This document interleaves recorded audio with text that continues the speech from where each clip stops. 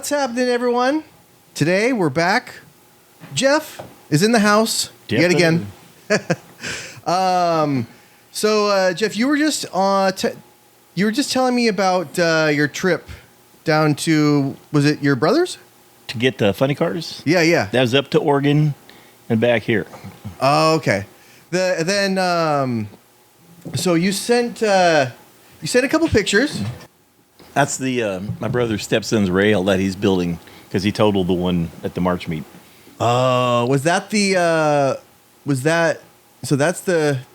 back of it. So they're building they have to build it all from scratch? Yeah, he's completely from scratch. Nothing was usable on it, huh? Everything was pretty twisted, because it twisted like that when it rolled in the sandbox. So just easier to start over. Jeez, he was okay? Yeah.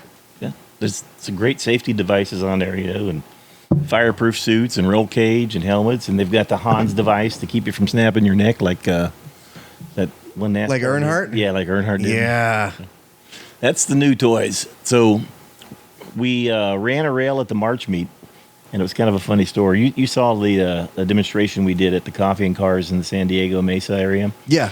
So we did that demonstration, and after we're done with the demonstration, we pushed the rail back, and then we're going to push it up on the trailer. And I was pushing from behind while he was steering, and all of a sudden it just went, and it wouldn't move, right? And I'm looking at him, and he's looking at me, and there's another guy going, "Oh, man, you just broke something," like we thought the rear end had shattered. But so we jacked up the rear end and pushed it on the trailer, and I had flown down, and I was getting ready to leave the next day, and my brother asked, "Can you stay one more day to work on the rail?" I'm like, "All right." So canceled the flight, stayed one day, and I took the rear end apart myself, and come to find out, the only problem was he forgot to put oil in it. Oh! Everything was fine, but when it heated up, the metal expands, and they were touching so tight that it wouldn't move. So I sprayed them down with a lube just to prove it and roll the tires, and then they went fine, so that was perfect after that. So go down to the March meet. We qualified, I can't remember what number. There's 16 cars in the race, and we qualified in the upper end of it. And this was the alcohol car. So, do we have a picture of that one here? Is it that one? No, it's a long rail, and it's kind of purple. It says the cartel at the bottom of it. So I may have sent you a picture of it, but I don't know if it's one of those.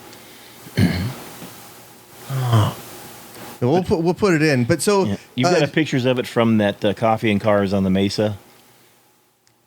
That video. What? Oh, I don't think I transferred that one over. I'll get that to you. Okay. So, go to run it, and won the first race. And the only reason that we won the first race is because the other guy couldn't get his car to the line. It was real fat running, and I think he only did about 168 miles an hour.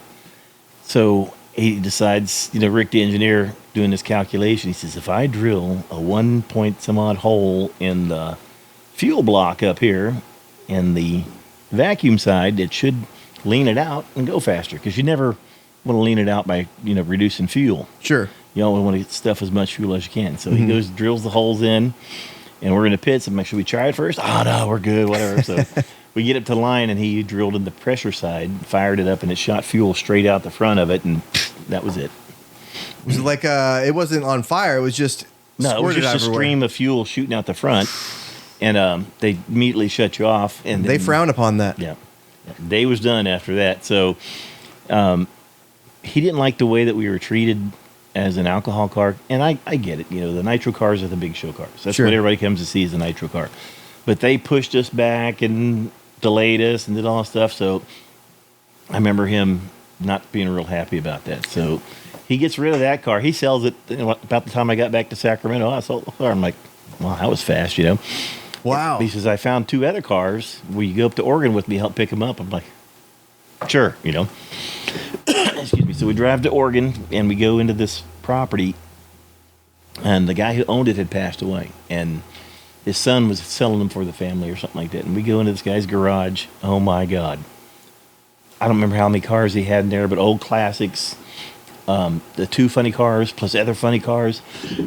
Excuse me. And he had a line of motorcycles, like Honda 500s and stuff. I mean, I was getting a blue veiner just standing there. It was just like, geez, what are you going to do with all this stuff, dude? It's like an episode of American Pickers. Oh, God. I mean, you look at his garage and you're like, I maybe have cash for a couple other things, but Yeah, but how much do you have room for? That's the thing. That's the thing, is we had a U-Haul and we had a trailer. And you saw, so we had one car in the back of the truck and one on the trailer, and I'm thinking to myself, oh, man, this guy had so much stuff. It was just like, how long does it take to acquire, 4 or 5 funny cars, whatever it was, and these classics, and then a whole bunch of motorcycles. I'm thinking somebody had a couple of bucks. I don't know what they did. The kid said he was a scrapper. I'm like, you made enough money for all this? It's a beautiful property, big, acre or two, barns all over, and jeez, couldn't believe it. So we get there, and of course we had to load everything up. The kid was real nice. Got it all loaded up, headed back, stayed overnight in Medford, and great little hotel there with a great restaurant and bar. I can't remember what the name of it was, but it was awesome. And then drove back down here to Sac. You saw I pulled him over here, and my brother was in San Diego, so he just stayed here for a little bit. Excuse me, I still got this stupid thing. And then they headed back down to San Diego, so he's got a deal with Charlie O'Neill, the owner of the Fighting Irish, to build one on top of the old Fighting Irish car, and then build another with something else. So there's 2 frames and 2 bodies, 1 engine. So he's looking for another engine and a lot of sponsors. Can you pull up the Fighting Irish funny car on there? See.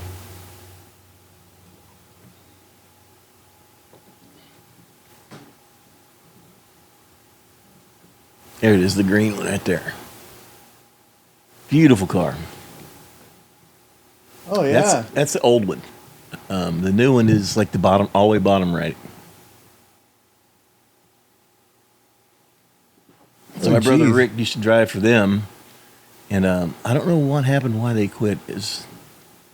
Beautiful car. They were doing pretty good, I thought. A nice choice too. Yep. Camaro, just like mine. Yeah, a little longer. The owner of that, Charlie, I think, has started having some medical issues, but he still wants to be involved in it. So now one of those Mustangs you saw is going to go on top of that, and I guess we'll see what happens with the other one. Oh, really? So the was it the yellow one that I saw, or was it There's gold? a 65 and a 69, and I think it was the 65 he was going to put on top of him. See, that one's already on a frame. That's the 69, right? Yep. And the other one, I think, is the 65. Hard to tell from here. No, that's the rail there. Yeah, I don't know if I have pictures of the 65. But it was the one that was in the back of the U-Haul. Oh. Yeah, so he's gonna. So, is that just one solid piece of fiberglass? Probably. I'd have to get up underneath it and look at it, but it probably is. Maybe there's a couple little, add-ons here and there. If you saw how those were sitting on top of that car, you're going to do almost 300 miles an hour, and you got like one little pin holding it on. But, I mean, it's it's incredible downforce, right? So it's kind of like it keeps itself together somewhat. usually, Yeah. If you look in the very front, you'll see that little triangular thing there. Excuse me. That's where the pin goes through and holds it on the front, and the back has. On the frame and the body has a little thing that kind of cams over and kind of locks in. But every now and then you blow an engine up and they'll blow the body. I've had to run underneath the stands a couple of times because you don't know where it's going to come down. And it goes like 200-300 feet up in the air. How much is one of those weigh? Just the body, just that fiberglass? Or is it carbon? It's fiberglass, not carbon fiber, right? Well, some people use carbon fiber and some people use fiberglass. I saw a carbon fiber guy catch on fire when I was down there once, and the car folded in half and everything. That was $30,000 just for the body. Ooh. But these are fiberglass, and 4 guys can pick the whole thing up, and probably even 2 guys, and set it on. They have these little racks that they build to set the body on while they're working on the car. Oh, okay. Jeez, because do the wheels come up? Do they come up? Yeah, on that one. I'm not sure what you mean. Oh, when he launches it, will it? Oh yeah, they have to have. There's a wheelie bar in the back that keeps it down. But if you didn't have that on there, you'd stand it straight up. I've seen those, and it's like they're always little tiny wheelie bars, and I always wonder, like, how does that thing support the kind of force that's going to generate? And if you look at that little wheel on the very back, yeah, all of them put a little paint on that one because they want to see the mark it makes on it to know how much it's pushing down on it, I guess, or something like that. There's all these little weird little things that they do, and then they go back and look afterwards to see what the car was doing when it was, getting down the track. Yeah, it's like it looks like such a little afterthought, like the little wheel on the back. But I mean, I have never seen one really snapped off. Oh, they're real strong. I mean, it's the same as the body. Oh, or same as the tube frame, I should say. so it's just a piece. Yeah, it's just a piece of the frame then that they've got welded 4 little on. pins that pin it on there because they pulled it off when they put it in the trailer. Oh, okay. You ever ride in one? Not yet. No. And, he offered to let me do a burnout one once, but I don't have the testicular fortitude to sit in that thing. Plus, I don't know if you ever sat one. It is claustrophobic. You're Yeah. like this, and where the pumpkin is in between the rear wheels, the Mhm. differential, that's in between your knees when you're sitting there, right? And the 2 axles go underneath your knees to the tires. And my brother had a friend that was killed by that thing because the drive shaft came loose and it came flipping around and just went right through him, and that was it for him. Yeah, I mean, I could see that happening, or I could see that the drive shaft coming loose and it becoming like a pole vault. Yeah. Or I mean, I think they have new safety features now to prevent it from coming through the person sitting in the seat, but what, like a drive shaft loop? I'm not sure. I'd have to go back and look. I know they have a. I should know because I put the drive shaft in that one. There's a housing that goes around it, and at each end of the housing, it sits on a little perch, I guess you would say, and then they strap that on there. So that's probably what keeps it from spinning around. Would it help if they ran a carbon fiber drive shaft so that it would just spindle? I don't know if a carbon fiber drive shaft could handle that kind of force. Oh, really? You're talking 4,000 horsepower. Probably not. I don't know how much torque is on it. Yeah, I mean because that's kind of. Well, also when you're in those, you have like, they have the goggles on, but if you don't, like, your eyes just start to water. It's just I was wonder why they can breathe in there. Now they have new helmets that have a skirt on them that comes down, and of course the visor or whatever have a seal around it, and they have respirators on there. But you probably can't see from any of these pictures, but there's an air bottle in the back that feeds into the helmet, so it pressurizes the helmet so nothing can come in. Only the air. It's like air conditioning in a building. You pressurize the building, you blow it up like a balloon. Same thing. It's one of the things. The last things they do is they turn the air bottle on, and if I remember right, it pressurizes the helmet. I'm gonna have to ask him about that because I think that's what that did. Because I know they also have one for the clutch. Oh. What, like, but they have filters to keep you from breathing the exhaust. Because if you were to breathe the exhaust, you'd be choking and puking so fast. They have a filter for the clutch to prevent the filter in the helmet. Oh, yeah, because I've never driven either one, but an alcohol or nitro, there's both, like, if you get so close, even if you're close to the track, it's like your eyes are watering like you peeled onions. That's probably nitro. Alcohol is not that bad. Nitro, I don't know what is in that stuff, but it is just, I took a big whiff of it one time by accident, and I'm over holding onto a trailer just trying to keep from puking, and your mouth starts making the saliva, and it's just nasty stuff. So a lot of people like it if you get just a little bit of a whiff of it. It's kind of cool, but you don't want to get too big a whiff of it. That's why you'll notice before they launch, if a guy's tweaking the engine a little bit, he'll always be up by the intakes, and that's so he's get fresh air coming through and not breathing the nitro. But so alcohol's not like that? I don't think alcohol's anywhere near as that bad. Because nitro is nitro, and alcohol is just alcohol. And I've been next to those and never noticed a problem with it. Huh. How much is that to run? Like, Well, they burn 8 gallons of fuel in a quarter mile. And I think for a 50-gallon drum, it's getting close to $1,500 a drum now. And if you want to do all the way to the final race, you're going to burn 2 drums. So quarter mile, that's what, like 6 seconds? They get 6s. They even get down into 5s. Okay, so then you're thinking like 6 minutes, and you're burning 8 gallons of fuel. How much would that burnout have cost? 6 seconds and burning 8 gallons of fuel. That's like a couple $100 in fuel just doing the burnout. Oh yeah, they did a calculation once of how many revolutions the engine makes from the start to the finish. It's amazing. It's not really that many, compared to driving on the street for a long distance or whatever. Because again, you're 6 seconds at so many RPMs, You know, how many revolutions is that for a quarter mile? It really wasn't that much, but How long have you seen these last? The engines in them? they tear them down every race on nitro cars. Oh, every race. I've never seen him take a nitro car and not have to replace something on it every race. So like, I mean, like piston or like a lifter or Depends on what happens, but the lifters, the heads and the rockers are always, usually pretty good. Pistons are a big thing.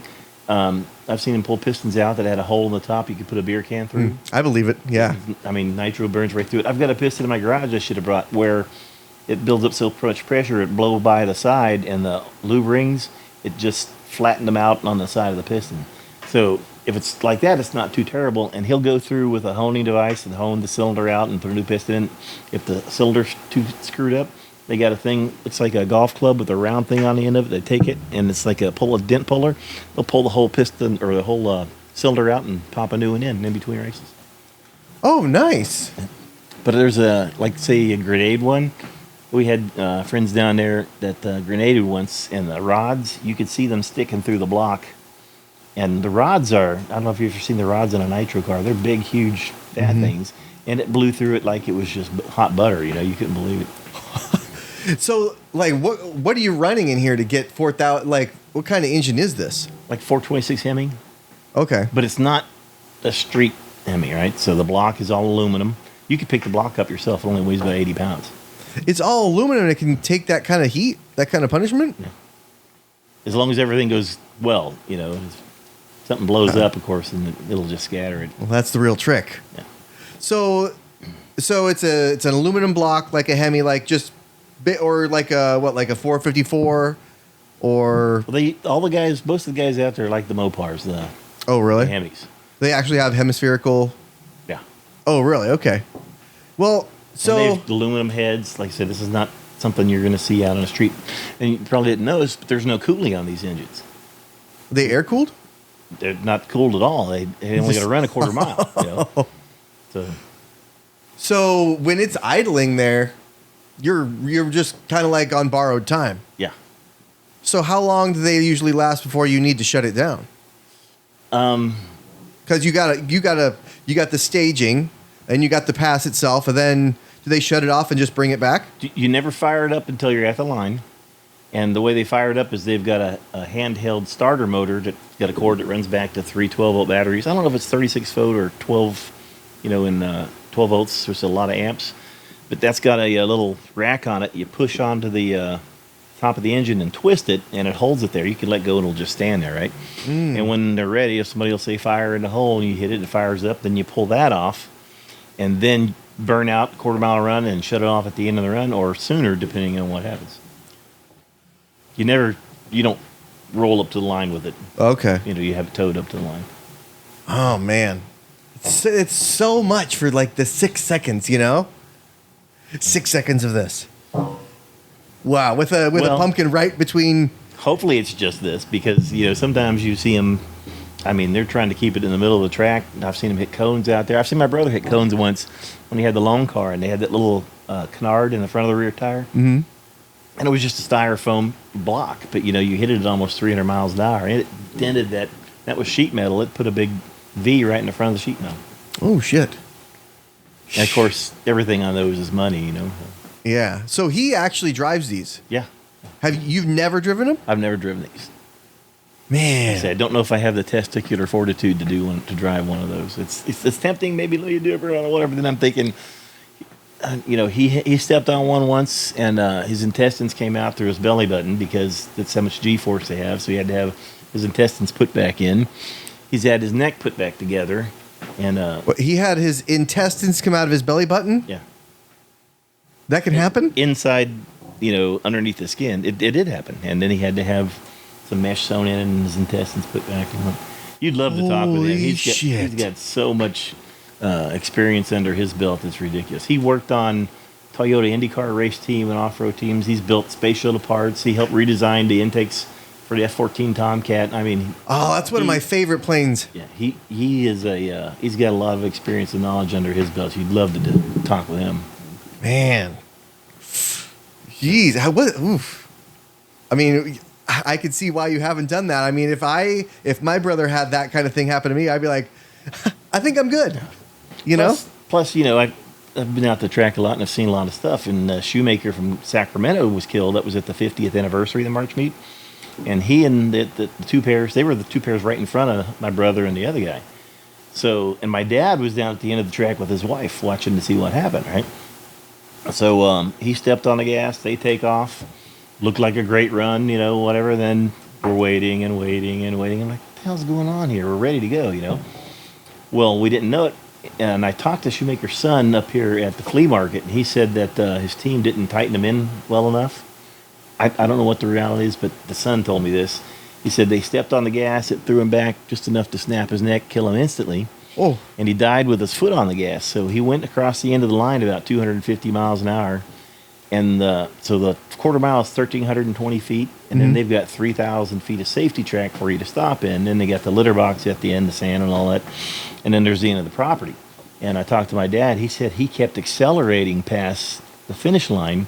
And he was, remember, doing 250 at the finish line. So by the time he got into the litter box 3,000 feet later, he's probably doing well over 300 miles an hour. And there was a little berm in the litter box. And he hit that, and the car went straight up in the air and like gained. And when they brought it back, I'll never forget, I'm in the pits, and I look over, it's the real long car, and the front of it was like this, and then it went like this, like it had nosed straight in. And the top of the seat is where the roll cage is. You could see where they had snipped that off with the jaws of life to pull him out, but he was gone. Oh, and did they know he was gone when he was on the way over there? Or? I don't know if they know or if they care. They get him out, and they got him on a helicopter and took him out of it right away. And we found out later on that he didn't make it. Wow. Yeah. So, what do you usually cross at? 100 and what? 90? Well, 200? No, nitro car, you're trying to be in the 200s. I mean, I think their qualifying runs nowadays are like 268. Oh, really? Yeah. So he was going over 300 miles an hour there. Yeah, he was over 250 when he crossed the finish line, and the car kept going and accelerating until it ran out of fuel, I guess. I don't know how much fuel could burn next 3,000 feet. But like I said, he left the property. Had to go back halfway across the property with a helicopter to get him because he completely cleared the road in between the property and, airborne. In the middle of the orchard on the other side of the property. Holy shit. And what track is this? That was Bakersfield, Famoso Raceway. Oh, my God. But, you never know what you're going to see up there. I remember one time I was up at the line with my brother, and there was the other car up there. And, if you watch real close, you'll see before they start the engine, a lot of times they got like a giant wrench, like a giant socket wrench, and you'll see him pulling over on the engine. Yeah. And that's called backing down the motor. And the reason they do that is to clear nitro out of the cylinders, because if you don't, and then you go to fire it up, kablooey, it blows like a bomb. So we were up there one day, and there's a guy next to us that forgot to do that, and kablooey, and you hear parts hitting the wall, and you're like, so you got to do it right every time. Was there somebody in there when he was doing it? Yeah, oh yeah, they're getting ready to launch. So that guy was okay. Did they make those like pretty safe in there? Because it just seems like there's not a whole lot to shield you from things. Well, there is a blanket that holds the blower on the car. I got a great picture of my brother explode one time with the blowers up in the air, and you can see between the motor and where the blower was and fire coming out and everything. But the blanket's got these 4 straps that hold that on, and it keeps that from leaving the car. And they've got other things around there, like so they got around the drive shaft now. They have this casing to keep the drive shaft from leaving the vehicle, and I think they even have a blanket underneath the bottom of the block. But and if you look, you see the front there. You see the fire bottle right in front of the front tire. Oh yeah, yeah. So there's probably one on every side, and if he goes up in flames, he hits a button and blows the fire bottles, hopefully put you out. And that's basically like cutting the head off of a fire extinguisher kind of thing. Yeah. Huh. That's a pretty good idea. That nitro is crazy stuff. I remember him telling me that, he said it was initially made to be a cleaner. You could put it on your floor and it would take paint right off the floor. And he said you could put a drop of it on the floor and hit it with a hammer and pop. This is what his stuff he's told me. I've never tried it or anything like that. Can you imagine being a salesman in the 50s and trying to sell nitro as a house cleaner? Like, oh yeah, it also makes cars go 300 miles an hour. And airborne, easily. If you look at the chemical composition of it, it carries extra oxygen molecules, and that's why it has so much energy. You know, where Makes sense. Jeez. all the stuff my brother told me. I'm just the dumb guy on a wrench, and trying to learn the stuff that he's telling me to do. You know. You brought something with you today. What'd you bring? 1928 Model A rat rod. Wow. Let's check it out. All right.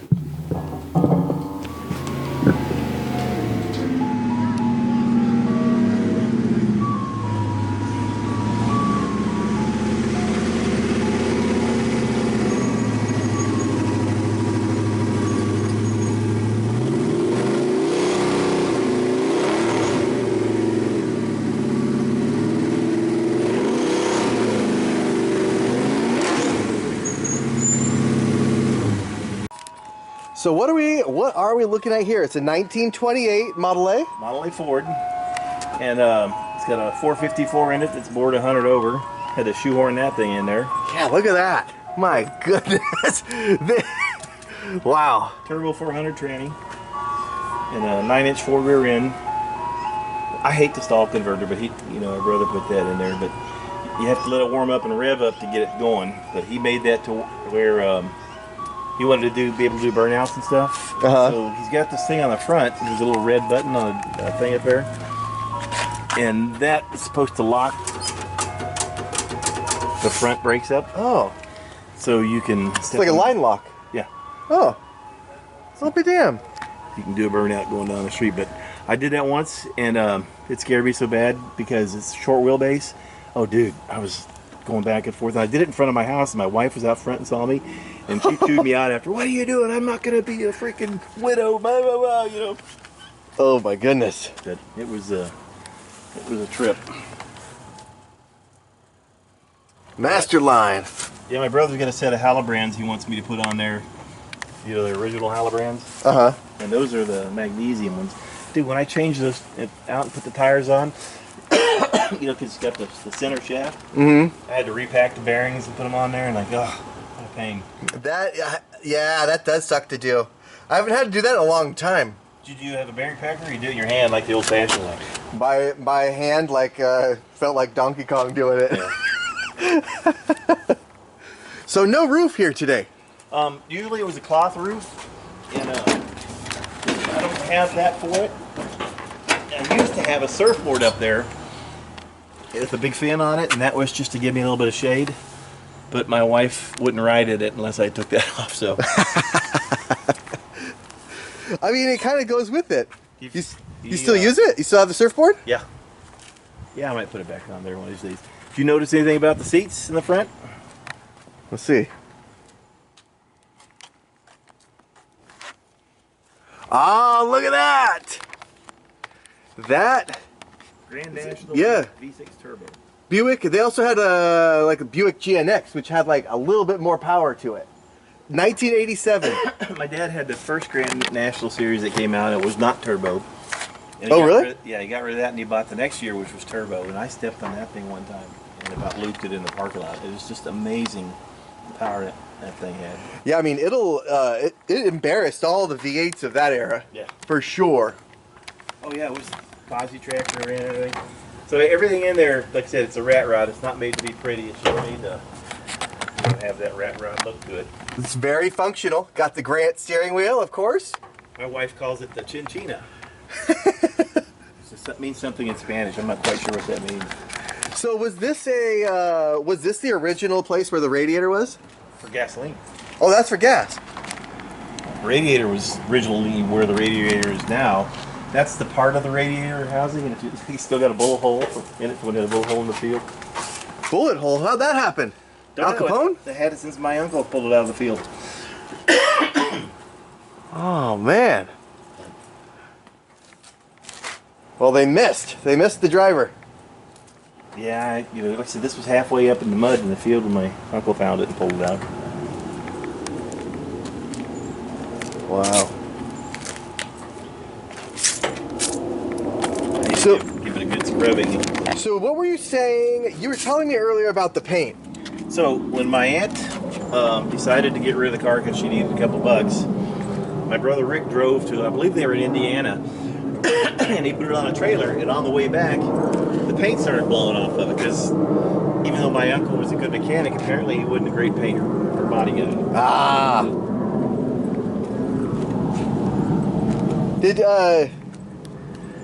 Were these repaired? I think that is a repair from being rusted out. Matter of fact, I bumped something. I have to go back and tack those back in. Ooh. I don't know if you can get a shot of it underneath. You can see the 4 links and the 9-inch cord. Oh yeah! Look at that! You don't see that. You don't see that very often. No, it's almost 100 years old, you know. 96 years old. Jeez. I mean, we'll go ahead and say it's 100, you know, for all intents and purposes. Because they made 2 runs of the Model A, right? I know they made it for quite a few years. So the first year was 28, if I remember right. And then they made it for quite a few years after that. This one originally was a solid back, right? My brother cut it and put these doors in the back, which is why it doesn't work too darn well. And he put this little weird seat thing in there. So when they went to the drag races, God, look at I got a spider web back there. That this would fall down, this seat would actually pull out, and you could sit on the seat and hook the drag strip to the rear end of this and pull it to the line in the back. Oh, nice. Got a little ashtray in the back, too. A nice touch. That's the Grand National one. Yep. In the 80s. Everybody had to smoke everywhere. Yeah. Nice. Should we take it for a spin? Sure. We'll record and just get a little shot of me. Is it in It's in park right now. You press the button on top and pull back reverse neutral drive.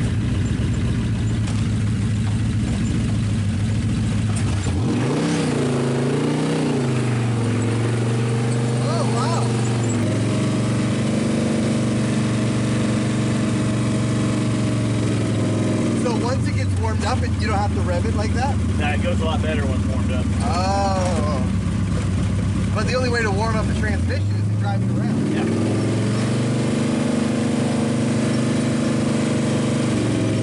Does it hurt it at all? No. Turbo 400s, you can get them anywhere. So if it hurt it, just get another one. Oh. True. He set one on fire at his Chevy, the 56 Chevy. And it had the stall converter. And where he lives in San Diego, there's this giant hill. And he had to really rev it to go up there. It started overheating and burping out the Coolant? The hydraulic fluid. Oh shit. Brake fluid. I didn't know how much that stuff would burn, but it actually burns pretty darn good. Shit, I knew it was corrosive. I didn't know it was like that stuff.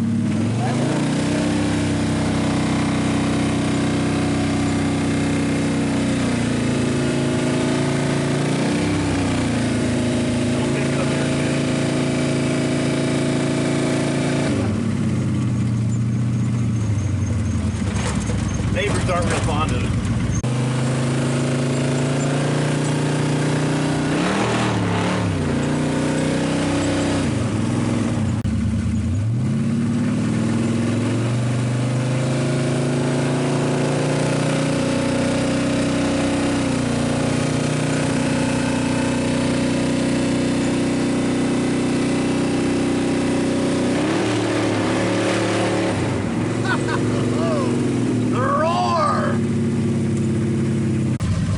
Up, it takes off pretty good, but until then, you got to get it revved up because of that stall converter.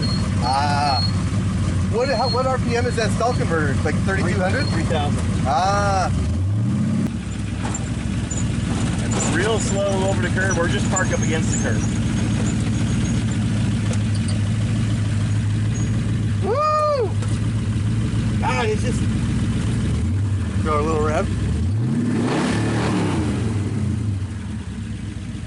Too fun. You shut it off like that? Yeah. God, I'm still good with it. My son lived in Antioch. He finally sold his house there and got a place in Brentwood.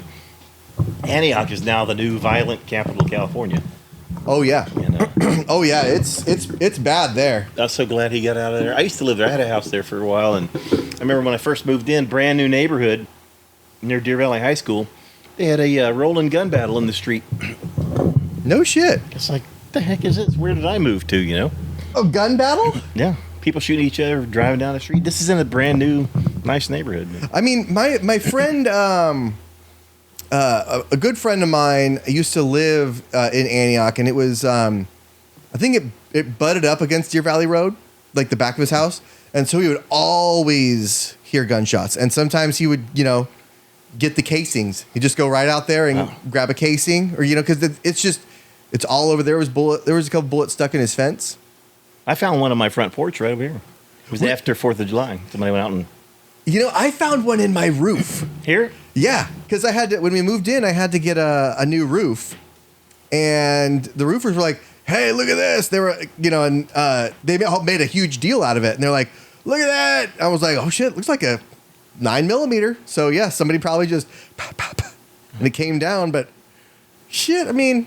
It's got to come down somewhere, right? People forget that, it's got to come down somewhere. It could hurt somebody. that ain't going into space.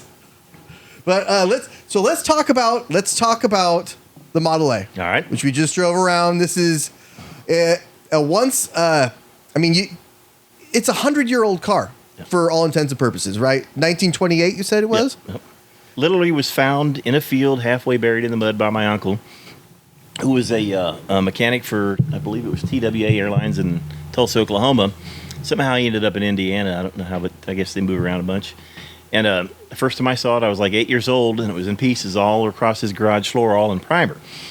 And I never saw it again after that. But, my uncle got it all put back together and got it on the road as the original Model A. And unfortunately, he ended up getting colon cancer, and I guess it killed him pretty quick.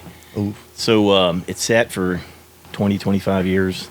And one day my aunt, my mom's sister, called my brother Rick up because she knew it, he was in the race cars and knew he was doing pretty well for himself, and said, I really could use some money. Could you buy this from me? I said, okay. Excuse me. So he went down to Indiana and got a trailer and brought it back. And when he bought it from her, the agreement was that it would never leave the family, right? Mm-hmm. And so he needed room for more race cars. I remember he had a GT40 that he was building. Oh, wow. He had that in pieces in the garage. And he called me up one day, hey, would you like the Model A? And I'm like, I'd love it, but I can't afford it. He said, I'll give it to you. And I said, you've been drinking, haven't you? He goes, yeah. I said, okay, call me back when you're sober. There was a funny thing, because the job I was working at gave me 6 weeks off paid to get vaxxed. Perfect timing. So I called and we talked. It was serious. All right, well, I'll come down to get it. I went down to get it, and he's got this 56 Chevy he calls his Mad Max vehicle. Mm. He took the body off of that and put it on a dually truck frame with a 454 blown, right? Excuse me. That's the one he just set on fire. And it's because the stall converter overheated and the tranny fluid burst into flames. He's out there with water bottles trying to put it out, but he got it out. I went down there to help him rewire it after he burned it up, which we got that done. But when I got down there, he said, hey, by the way, we have to do an engine swap while you're here. I'm not going to give you this engine that's in it. And I found out why later on. But, he just had shoulder surgery, so he was pretty much telling me what to do. I was doing all the wrenching, swapped the engines out, and then we found out that the blower he was keeping, so the intake manifold wouldn't fit, had the wrong one, so I had to get the new intake manifold on it, put it all on. I got it back running up here, and I was riding around, and all of a sudden it started doing this pop, pop, pop. So I'd go through the valve train again and run for a little bit, run like a bat out of hell, and pop, pop, pop. It was eating the bottom off the number 8 lifter. Ooh. So I pulled it apart, and that lifter was missing like an inch off the bottom. There's a spring in there that holds the plunger and everything. Mm-hmm. That was gone. That was all down in the oil pan. There was a hole you could see. I still have it in my garage. And I'm like, I can't believe this, So now that's why he gave me that engine, I'm sure, because I think he'd done that a couple times to it. But, with old engines like that, there's no zinc in the new oil. So when you rebuild it, you got to add a bunch of zinc in there. And like the Marvel Mystery Oil, is that has zinc in it? I don't know if it does or not, but they have zinc additives you can get right over here at O'Reilly, a big bottle of zinc. Mm-hmm. So every time I change the oil, bottle of zinc first. Well, changed out the camshaft, and all the lifters. Then I thought, well, I may as well go a little bit further with this because one of the rockers, you know how they sit on top and they've got that little half dome locking washer that fits down in there that the rocker rocks on. Well, one of those had big chunks out of it. I'm like, I don't know how you lose a chunk out of that piece because there's really not a lot of tension or anything out of it, I don't think. So I had to replace those. I put all the cop cam gold on top of that. Looked like jewelry when you were done. You know, it was really cool. And I remember when I first pulled the oil pan off, and you look in there, and it was like sparkling like glitter. You know, that's from Oh no! all the metal parts. So I had to take that, dump it out. Then I had to take like brake cleaner and just hose and wipe it, hose and wipe it, hose and wipe. And I'm thinking, man, I wonder how much of that stuff is in the block itself or whatever. But put it all back together. So I put new harmonic balancer, new camshaft, new lifters, new rockers, new carb. There's probably things I'm forgetting. I got all back together and then ran it with zinc and took the oil out and did a couple of changes to try to flush it, put it all back together, and then it's been pretty decent ever since. So. Wow. 'Cause I mean, I know it's basically at this point. Wait, actually, hold on. Let's take it back. So when your uncle got it, it was as it would have been in 28. So it had the timing advance on the steering wheel and that kind of everything like that. From what I understand, it was all original. I remember looking at the rear end on it and its garage floor and thinking it looked like a Tonka toy or something. You know? Really? I had a very, very little experience with cars, whatever. But I remember looking at it and thinking, God, that doesn't look like a regular rear end on it. You know, it really looked like a toy. But, wow. Yeah, because I mean, you get in those and it's almost like you have to train to drive those. Because you have to be an onboard mechanic while you're driving. You have to have like the knowledge of the inner workings of it, and you have to know what that means. Retard the spark, or yeah, you know. Ooh, can we say that word anymore? I don't know. Yeah, you can say. All a matter of context to how you. But yeah, and it's just like that was it. That kind of thing is super technical, and what you have now is it just drives like a regular car almost. Without, there's bumps and stuff, but then you have the stall converter on there, which is a little hard to get used to. Yeah. And so what's the point of having that stall converter on there? You ever see cars get ready to drag race at a track, and they'll rev up? Mm-hmm. So they're revving up to the point to where it's getting ready to launch. So they got the revs up, right? And then when they launch, they step on it and you're already revved up quite a bit. It takes off. It gets you off the line quicker, supposedly. So I hate it. So a 3,000 stall means that it doesn't actually engage till 3,000 RPMs? Yeah. Okay. You know how that converter works is, there's two plates, right? Mm-hmm. And one plate has teeth that kind of face this way, and this one has teeth that face this way. And when it spins, there's the fluid in between, right? And when you get to a certain amount of RPMs, it creates a fluid coupling that locks the two together with the fluid. And that's why, it doesn't burn it all up, right? So they have it made to where it has to spin faster before it engages, and then you take off. Because I know that I'll have to learn more about this for when I rebuild that transmission and because I have a 4L80 out there. Oh. And then the 6-liter right there, because that's going in the Camaro with a turbo. So I know I'm going to have to get a stall converter for it. You gonna drag race it? Oh yeah. The goal is 10-second car with $10,000 budget. Oh. So it'll get real interesting later on when I have to like penny pinch and sell pieces off the car to make up for overages or what have you. But my son's building a drag race car. oh really? It's got one of those 2JG engines in it. Oh yeah, 2JZ. It's a Toyota engine. Yeah. Yeah. Supposedly when he's done, he's gonna have like 1,500 horsepower. That's right. You were on the phone with him when he was talking to me about it. He's got to come up here and be on the show too. Yeah, he's getting close to getting it on the road. It's a Lexus body. Yeah. Something, right? Yeah, and with a super motor. Yeah. Yeah. And he got that because it's got rear wheel drive. The last car was front wheel drive. I watched him try to drag races out here at Sacramento. And it's the funniest thing. You step on it, you can see the front end come up, which you really don't because that's where your traction is. And you don't really get that much traction in it. It was a fast car, but not in a drag race. From a roll. Yeah. Yeah. Is he going to go at that point, does he still have a stick? Is it stick? I can't remember if he did a stick. Yeah, I think he did. I think he's doing the Tremec 6-speed. Oh wow, still yeah. Because I had my last Camaro had a Tremec. It had a T56 in it, and those are so easy to work on and so easy to get out and so easy to like move around. This one I have here, it's strapped to an office chair, and there's no way that I could lift that. I could lift a T56 by myself. What is the one you had out there? 4L80E. So it's like an electronically controlled TH400 with an overdrive. So it sounds like it's complicated and heavy. Right? It's beefy. So what I'll have to do, because they run dry at the tail shafts at high RPMs, so I'll have to add hydraulics in there. Add basically another drill into it, if you will. Wow. I was looking to see if I had a picture of that motor that he put together. I know I had a bunch of pictures, but... So what's in there now? Because you said that the blown 454 was in the Model A, but it was in a 56 Chevy, what he calls his Mad Max car. And now it's just the 454 naturally aspirated. You said it was bored over? Bored 100 Oh, let's see. What is this? That's the engine he's building. Oh, look at that. Scroll back a little bit. There's more. Well, that's interesting. I don't know where he learned to do it because I didn't teach him.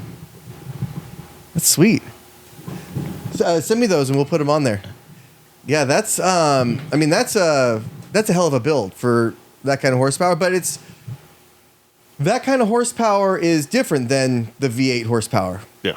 Right? So like 1500, that would translate to like maybe 850, 900 for a V8 kind of thing, right? Because I know that the Supras tend to have these high numbers, but a lot of the track times are similar to like what a Camaro or a Firebird would run, stock for stock. Obviously, those are way easier to make fast because it's turbo, and it's I think they come forged bottom end from the factory.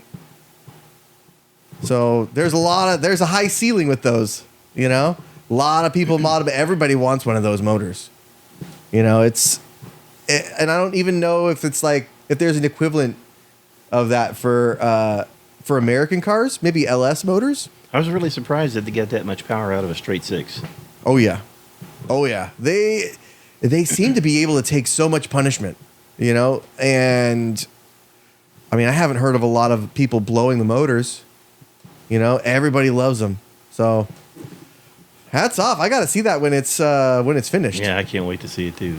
It's supposed to have a big giant turbo on it and all this custom welding and I saw, yeah. What is it? That's like head-sized turbo. Yeah. That's big. I'll probably have to get 70 millimeter turbo for mine, so relatively not as big as that one, but pretty big nonetheless. Excuse me, you can have the intercoolers on it and everything. Yeah, I'm gonna have to run an intercooler, and I was thinking about doing E85, running it on E85 because there's that pump just down there. That's what he was telling me. We were running off of E85 off of that thing. Yeah, and it's just it's a way that it's more forgiving for tuning, and it just makes tuning just a whole lot easier. Over in West Sac, there's a Ramos oil station that sells race gas at the pump out there, 110 octane. Really? Yeah, I was really surprised. I drove by and I saw it, and I looked. It said race gas, and I'm going to go look at this. 110 octane right there at the pump. Oh wow! Yeah, I tried to fill my car up at the airport in Concord, and they wouldn't let me. But I used to be able to do that in Lakeport. Why wouldn't they let you fill it up? They said it has to be mounted. It has to be magnetically sealed to the plane now. Yeah.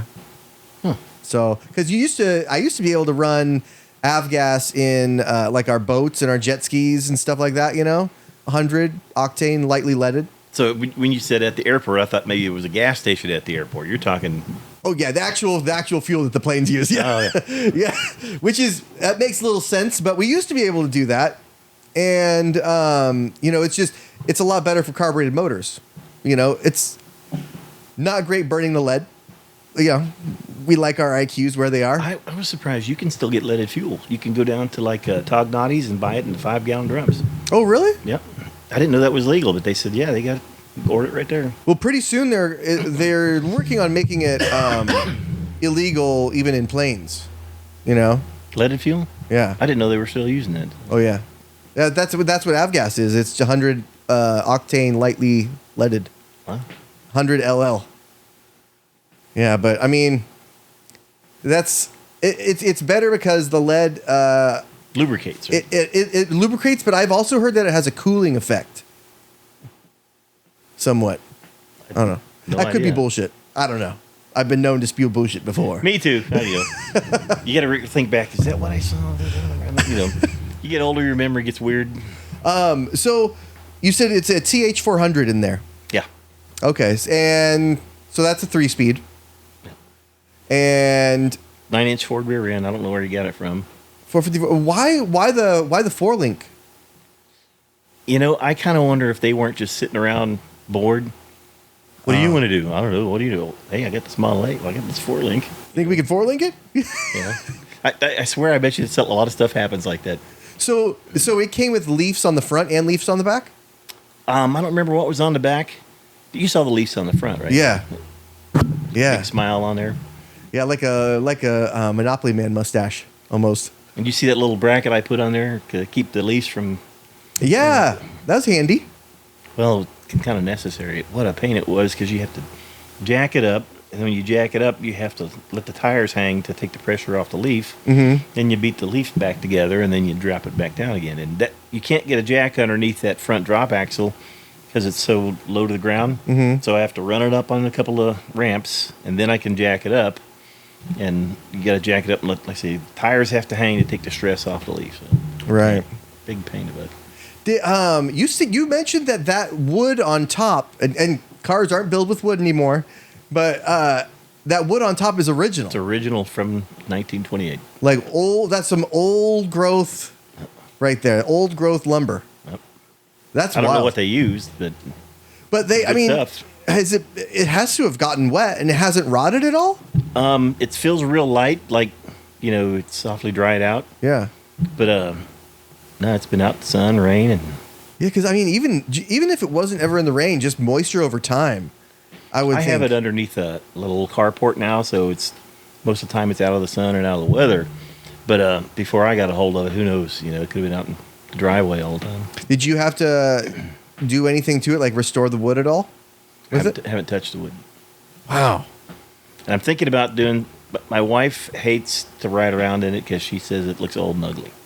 And I'm like, you don't understand the rat rod culture. Right? You're missing the point. You're missing the whole point. Or maybe you are getting the point. That's why, you know, the window crank on this side is a pair of ice grips. They saw that, yeah.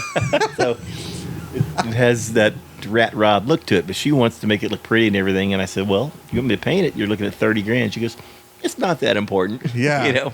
Well, because then you have to go all around with like the rust treatment, and then you'll find out some other things. And you know, my wife is from Mexico, right? Yeah. I mean, like deep Mexico. She has all these beliefs and stuff, right? Without my knowledge, permission, or knowing she was going to do it, she decides she's going to paint the fenders on the Model 8.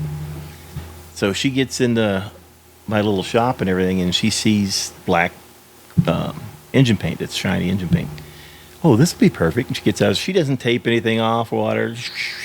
I'm like, I come out like, what are you doing? Oh, look, your chinchilla looks now more beautiful. I'm like, no, you know. And what really pissed me off is it didn't look too bad. So like, I mean, there's not a lot of, I didn't see any drips or runs or anything. yeah, she did a pretty good job of it. But I'm like, I was wishing it would look bad because then I could have said, hey, you shouldn't have done that or whatever. But it didn't look too bad. So I was like, oh, I guess I just have to be quiet.